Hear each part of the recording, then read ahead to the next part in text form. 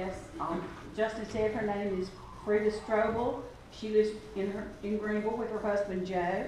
She's the mother of 3 children and has 6, I quote, wonderful grandchildren. Freida volunteers at Shepherd's Gates for Women, cutting hair. She also continues to minister to the 171 residents at National Health Care on Tuesdays, Wednesdays, and Thursdays as their hairstylist.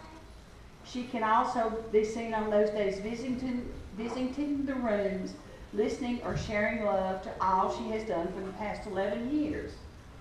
In addition, she enjoys her fellowship and Bible study group at the Bennington subdivision, and she is very proud of her Native American heritage as a Lupi Indian. And if anybody would like to know more about the Lupi Indians, you can go to their website, lupi.org. At this time, we want to welcome Freida Strobel.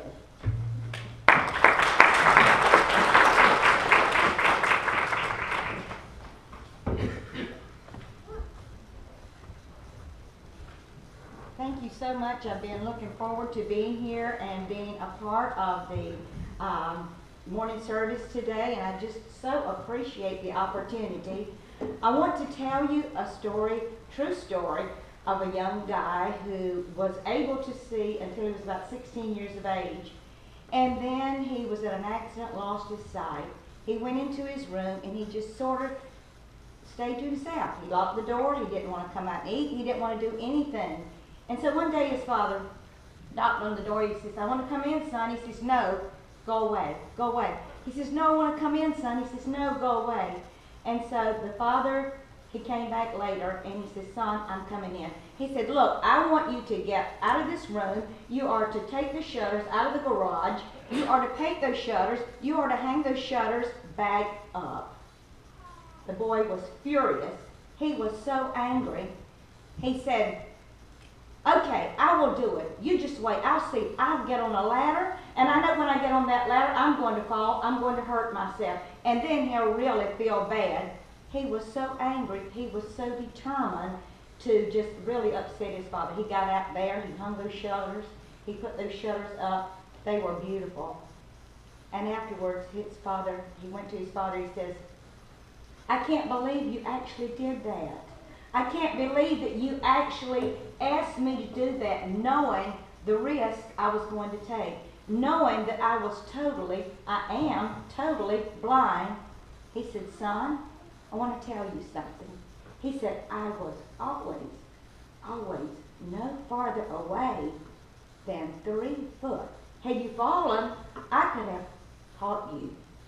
My eyes was never off you the whole time." Can I remind you today that God's eyes is never off His children? They're always over us. Sometimes when you're going through difficult situations, don't be discouraged. He's always looking in. He knows what's going on. If He looks on to the sparrow and watches over the sparrow, are we not more important than that? Today, I just wanted to share with you a few things about choices that we make in life. We make choices that will change our lives forever. We've made good choices. We've made bad choices. But you know, the thing of it is, God is always so great. He's always so willing to give us second choices, third choices, fourth choices, and He is so patient with us. He is so willing to be there for us. And a couple Bible references I want to give to you is the first choice I want to bring to you is Eve. In the Garden of Eden, God gave them everything in perfection. We don't know this world as being perfect. Nothing about this world is perfect. Nothing. But they had a perfect world. God said, "You can have everything in here you want to eat except one tree. Don't eat of that." Eve made the wrong choice.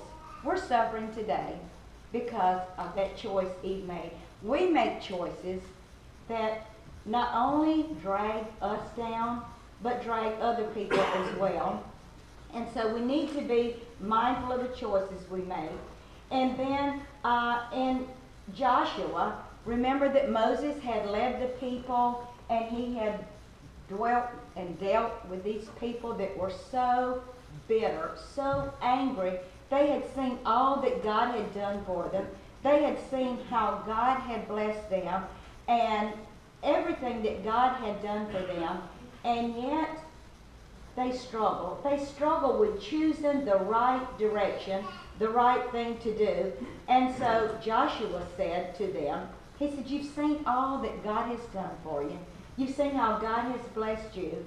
And he says in verse 15, chapter 24, and if it seem evil unto you to serve the Lord, choose you this day whom you will serve, whether the gods which your fathers served that were on the other side of the flood, or the gods of the Amorites, in whose land ye dwell.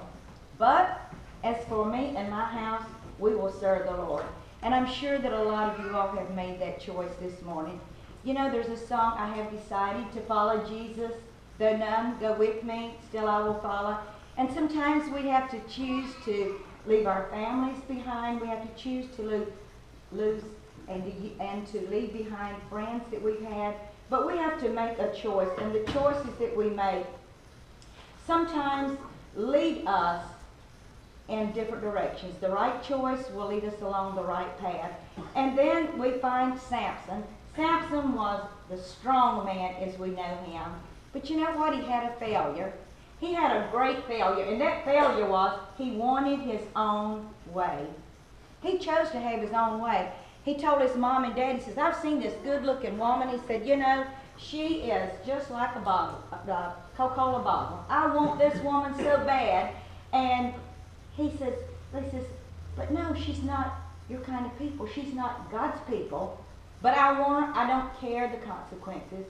And you know the consequences that he had to suffer because of that. In the book of Judges, it says, in the very end of his life, in verse 21, chapter 16, it says, but the Philistines took him, put out his eyes, and brought him down to Gaza, and bound him with fetters of brass, and did grind in the prison house. The choices we make, the choices we make. You know, sometimes we don't ever get over them if they're bad choices. The consequences will go with us for life. And I'm so glad to see all the young people that's here today. And the choices you make now will follow you when you get old like I am.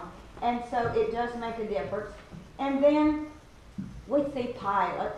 Pilate in the book of Luke, the choice that Pilate made. They brought Jesus to him, and I think it was 3 times he says, I find no fault with this man. I find no fault with this man. But willing to please the people, he chose to release a prisoner, a robber, thief, robber, a murderer, Barabbas, and he gave up Jesus because he wanted to please the people. He chose to please the people. What about our lives? What about our lives? I want to share with you the choice that I made early on. As an 8-year-old, I chose to become a Christian, to follow Jesus. What a difference that has made in my life. I am a Lumbee Indian, and I know you look at this blonde hair and you say, you were probably expecting to see somebody with dark black hair and maybe braids and maybe a feather or whatever. And I tell people, you know, it didn't come from my mother's side. It didn't come from my father's side, this blonde hair. But it did come from Clairol and peroxide. So when we get older, we can just choose what we want to look like. And any situation, God makes a difference. God will make all the difference in your life. This was me when I was in the 8th grade, so I haven't always been blonde. As a Lumbee Indian, I had jet black hair. I mean, it was jet black. It was so curly, you couldn't tell what end went in my scalp. This is a picture of me in the 11th grade. This is a picture when I finished high school, beauty school. I still had black hair. But you know, being an Indian in South Carolina, the state that only considered 2 races of people, black and white, We know that black was only in name. We were not even considered people. If you, until a few years ago, when you'd go to fill out an application, they'd have black and white. You had to register one or the other. Here we were neither. We are the largest sect of Indians east of the Mississippi, never to have lived on a reservation. We are the Lumbee Indians from the Lumberton, North Carolina area. And the reason they called us the Lumbee Indians is because we lived along the Lumber River where we could fish and hunt. And my family migrated over to South Carolina. South of the border as the crow flies. We lived 3 miles from south of the border. There was 12 of us in family. Came from a Christian family. My mother and dad loved the Lord. My grandmother, being white, was able to purchase land in South Carolina. And so we had our own farm. And my dad, everybody else, hundreds and thousands of Lumbee Indians in the area there. We were one of the only 2 families that owned our own farm. And my dad used to say, "Oh, we're so blessed because we own our own farm. Not only that, we own 2 mules." Well, can you imagine how excited we were? The fact that we had 2 mules, I mean, that was really something, that we had our own 2 mules, had our own farm. But my dad was a wise man. There was 12 of us in family, and that 12, there was a Joseph of the family. He could say, he could do anything he wanted to and get away with it. One day he asked my dad, we were so poor, we were poor as church mice. He said, "Dad," he says, "why is it that we have so many children in our family and we're so poor?" My dad said, "Well, boy, the Bible says to be fruitful, to multiply, and replenish the earth."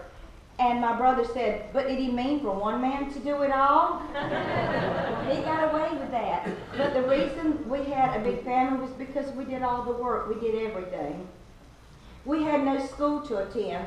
They would not allow us to attend the white schools, the black schools, and so there was nowhere for the Indians to attend school. They finally gave us this school, Leland Grove Elementary School. You can Google this, look it up, it is historical. And there was only 2 rooms in that school. The teacher there, James K. Brayboy, was Teacher of the Year for the state of South Carolina in 1969. We had no, this is him on my right. We had no facilities at that school whatsoever. No running water, no bathroom, no anything. An old wood pot stove that we had to use. And in the time of discrimination and hatred and bitterness that we endured, I had no clue that I was in boot camp for the Lord. I mean, God had me in boot camp. Anybody ever been in the military? Anybody? If you were in the military, when that sergeant put his ugly finger in your face and started saying those unkind things, you thought, "Oh, is this the way he talks to me?" But you know what? That boot camp was not good, but if you ever had to go to war, it came in good. God knew I was going to be in a war zone, and God knew that I was going to need that training that He was preparing me for. There was no schools for us to attend, and so with this little education, only going to the 7th grade, time would come when we would have to go and do things differently. The teacher here taught 7 grades. There was no church for us to attend, so my grandfather built for us Fairview United Methodist Church. This church was not allowed to be put in the South Carolina Conference because of this ungodly brown skin that I have. Little did I realize if I didn't have this brown skin, I wouldn't be here speaking to you all today. So the providence of God in His choosing for my life has been absolutely marvelous. On one occasion, we had Pastor D.F. Lowry to come, and he invited my brother and I, who played the guitar and I sang, to go and to sing at this jail in Lumberton. I was so excited. Let me tell you, I was so thrilled to be able to go to the jail, because you see, we were getting away from the farm. We were on vacation. So going to this jail, he had this big black Cadillac. I never shall forget. It was in the 50s. Perhaps some of you all had one. And I sat in the back seat, and the plush in that was so beautiful. I would put my hand down, and that plush velvet would come back up, and I just could not imagine anything being that beautiful. We had nothing. When I say nothing, I mean nothing. except the old plastic curtains that, you know, if the dog came by and chewed at them or the cat, they were gone. I mean, that was history. We had no more curtains. This Cadillac was fabulous. And now I realize it's probably what they put in caskets, you know, the black velvet, but it was gorgeous to me. It was beautiful. Leaving there after ministering to these people, little did I realize that God was going to use me in a marvelous way to minister to people years later that were in such a place as this, forgotten about, in a surrounding where they were unloved, uncared for. God has a plan for each of our lives. And for us to choose to serve Him and to say, God, you take my life, you do what you want to with it. He always knows best. Check His track record. God has never made one mistake. Never has, never will. And so that was what God had in store for me. Little did I realize that. The man on my left here is English Jones.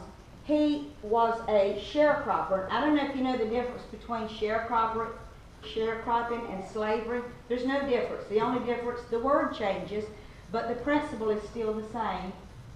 And so Mr. Brayboy kept going to his father and he said, can English please attend Leland Grove School? He said, no. He said, because we need him on the farm to work. And so Mr. Brayboy never gave up. He said, we need him to work in the cotton fields. This is what I did when I was a child. Pick cotton, probably some of you all know the thrill of that. And worked in the tobacco fields in the 102-degree temperatures. He says, no, but Mr. Brayboy was very consistent. He kept going back and back. And so he went to Leland Grove School, attended there for the 7 years. When the 7 years was finished, his family moved him to Pembroke, North Carolina, where he finished Pembroke High School, then went to Pembroke College. He later became the chancellor and the president of Pembroke State University, which is now the University of North Carolina in Pembroke, which was built by and for the Lumbee Indians. God is so gracious in our lives. He is so wonderful. The things that you are going through now, it may not be a gravy train, but you know what? God will never leave you. He will never forsake you.